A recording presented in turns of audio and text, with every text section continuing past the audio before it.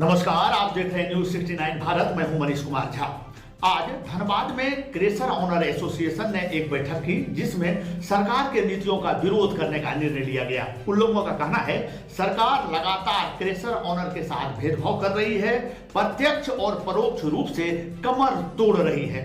हाल फिलहाल इन लोगों के ऊपर टोल टैक्स लगाया गया है जिससे आर्थिक बोझ बढ़ रहा है। इन लोगों का कहना है कि यदि ये लोग क्रेशर बंद करते हैं तो कितने लोग बेरोजगार होंगे, इसके बारे में सरकार को सोचना चाहिए। जिस प्रकार से टैक्स पर टैक्स सरकार लगाती जा रही है, इसका आर्थिक बोझ तो अंतोगत्वा जनता पर ही पड़ेगा। यदि स्टोन महंगा हो जाता है तो सोचिए, प्रधानमंत्री आवास योजना के तहत जो गरीब घर बनाते हैं, क्या वह पक्का मकान बना पाएंगे? 2024 तक लक्ष्य रखा गया है कि भारत में कोई भी ऐसा मकान नहीं होगा जो कच्चा होगा। सोचिए कि यदि स्टोन महंगा हो जाता है तो क्या लोग अपने पक्के घर का सपना साकार कर पाएंगे?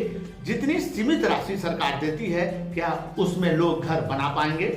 हमारे साथ एसोसिएशन के एक ऑनर ने अपनी अनुभव कुछ यूं साझा की है। आइए हम आपको भी दिखाते हैं उन्होंने क्या कुछ साझा किया हमारे साथ। नमस्कार, आप तमाम दर्शकों का स्वागत है। मैं हूं मनीष कुमार झा।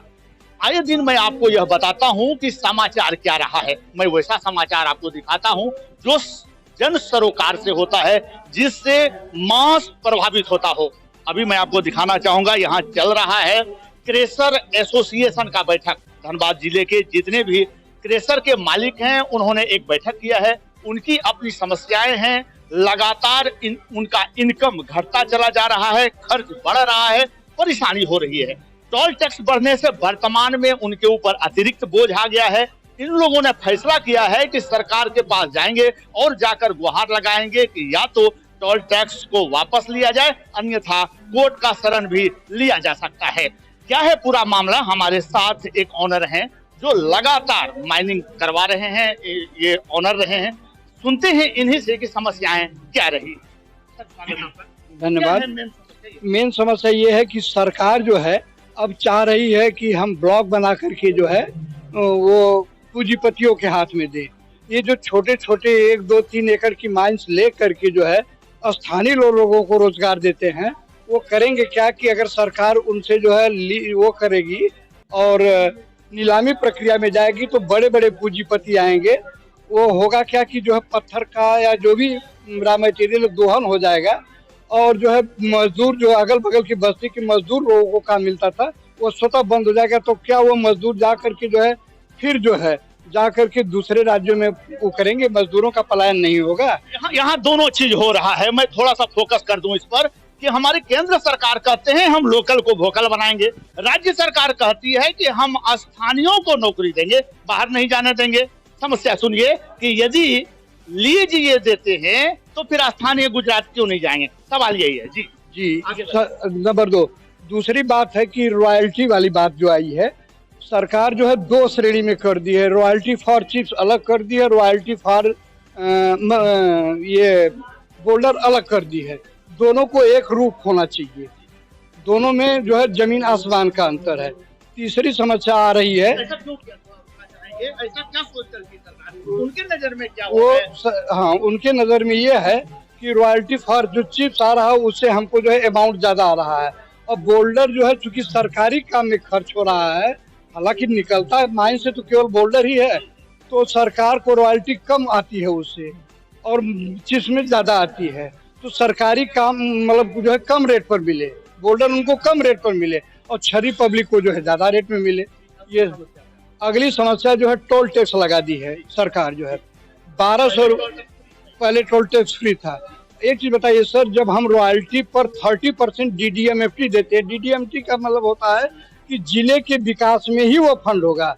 तो क्या जिले के विकास में रोड नहीं है, हॉस्पिटल नहीं है, विद्यालय नहीं है? तो जब हम DDMFT देते हैं रोड बनाने के लिए, विद्यालय बनाने के लिए, तो फिर अलग से टोल टैक्स क्यों?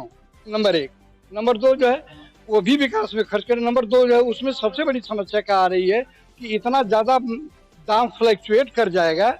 मतलब 1200 का जो है अगर लगाने से जो है रॉयल्टी सरकार को हम 1200 देते हैं, रॉयल्टी देते हैं प्लस GST, और 1200 रुपया टोल टैक्स देंगे 2400 रुपया में।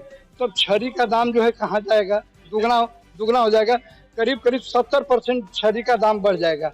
आज जो घर मकान बनना वो हो जाएगा तो उसमें किसको परेशानी होगी, अगर गरीबों का क्या घर नहीं बनता है सबके। जो मुझे समझ में आया, कभी प्रधानमंत्री आवास योजना के तहत भी गरीबों का घर बन रहा है। अभी यदि उन्हें 1,40,000, 1,20,000 मिल रहा है, तो आप हमें ये बताएं कि जब इसका दाम बढ़ जाएगा तो क्या प्रभाव पड़ेगा उन गरीब के ऊपर?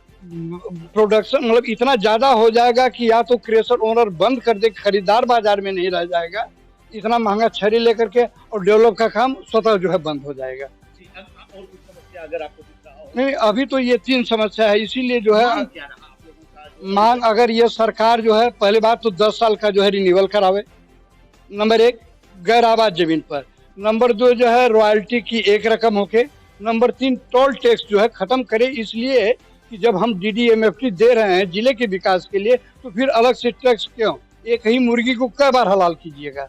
अब हम अंतिम सवाल आपसे पूछना चाहेंगे, कितने दिनों से इस व्यवसाय में हैं आप और क्या परिवर्तन देख रहे हैं? ये इस व्यवसाय में हम 10 साल से हैं। आज 10 साल पहले जो है 5 साल पहले 2 रुपया 98 पैसा रॉयल्टी थी।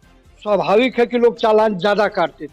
आज रॉयल्टी जो है ज्यादा हो गई है, 11, 12, 10 रुपया पड़ रही है रॉयल्टी, 2 रुपया GST पड़ रहा है, तो लोग चालान कम काटते हैं। जब चालान कम काटते हैं तो स्वाभाविक है कि भया दोहन होगा, अफसर जो है रेट करेंगे रोड पर।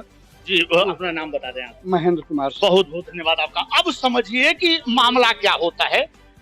ईंट, सीमेंट, छड़, ये सभी जरूरत की चीजें हैं। इन्होंने हमें बताए भी कि रोटी, कपड़ा और मकान तो जरूरत है, और प्रधानमंत्री आवास योजना के तहत गरीबों के लिए एक राशि उपलब्ध कराते हैं। यदि इसका दाम बढ़ता है तो गरीब के ऊपर क्या प्रभाव पड़ेगा, ये समझने वाली बात होगी। और जब भी महंगाई बढ़ता है तो इनकम घट जाता है, क्योंकि जो खरीदार होते हैं वो उनकी मजबूरी होती है कि वो कम पैसे में ही काम चलाएं। और भी हमारे साथ हैं, इनसे जानते हैं कि क्या परिवर्तन वो देख रहे हैं। आप बताएं कि आप लगातार इस व्यवसाय से जुड़ रहे हैं, प्रोडक्शन और सेल, यानी जो आप उत्पाद कर रहे हैं और बिक्री कर रहे हैं, कितना अंतर पा रहे हैं इन दिनों, पिछले दिनों? देखिए, पहले तो हम लोग करीब 100 CFT में, जब 2005 में हम लोग व्यवसाय चालू किए थे तो उस समय गिट्टी का 100 CFT का रेट 3400 था, और आज भी हम लोग जो है 3500-3600 रुपये में गिट्टी बेचते हैं। ये समस्या है कि ये उस दिन लेबर का जो मजदूरी था वो 175 रुपये या 80 रुपये रेट था, और आज हम लोग मजदूर को 400-500 रुपये मजदूरी देते हैं। अगर सीधे तौर पर हम बात करें तो उस समय जो कमाई था और अभी के कमाई में कितना अंतर, बढ़ा है, घटा है, लगभग कितना? अभी हमको लगता है कि जो क्रेशर ओनर और माइंस ओनर जो है 0 पर जा रहे हैं। माने अब अभी जो स्थिति है ये बंद का कगार में जा रहा है माइंस और क्रेशर। बहुत बहुत धन्यवाद आपका। ये समस्या समझिए, हम आपको दिखाना चाहेंगे। हमारे पीछे चल रहा है बैठक जिले, पूरे जिले, यानी कि अगर हम झारखंड का बात करें, झारखंड राज्य के अलग अलग जिले से यहाँ ऑनर आए हुए हैं। ये सभी क्रेशर चला रहे हैं। सबकी एक ही समस्या है कि या तो बंद कर दिया जाए या तो सरकार से आग्रह किया जाए कि वो टैक्स को माफ करे। अब यह देखने वाली बात होगी कि क्या यह सिर्फ जुमला है, लोकल वोकल, हवाई चप्पल वाले को हवाई जहाज से चलाएंगे, और जो हवाई जहाज से चलने वाले हैं क्या उसे हवाई चप्पल पर लाने के फिराक में है क्या सरकार? ये देखने वाली बात होगी। और यदि सरकार नहीं मानती है तो इन लोगों का एक चेतावनी भी है कि आने वाले समय में न्यायालय का शरण लेंगे। आगे भी चलेंगे दूसरे जगह और दिखाएंगे आपको क्या रहा है खास। अभी के लिए हमें अनुमति, नमस्कार।